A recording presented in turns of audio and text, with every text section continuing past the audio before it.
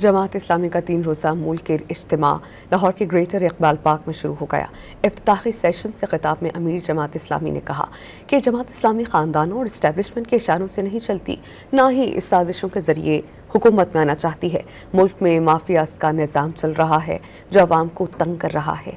पाकिस्तान जागीरदारों की हाकमियत के लिए नहीं बल्कि अल्लाह की हाकमियत के लिए बना था।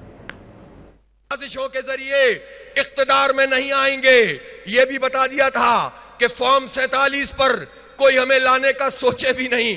वैसे तो ये किसी भी सूरत में हमें लाने का नहीं सोच सकते, इसलिए कि ये समझते हैं कि जमात इस्लामी आएगी तो इनके लल्ले तलल्ले, इनकी करप्शन, इनकी लूटमार कहां जाएगी।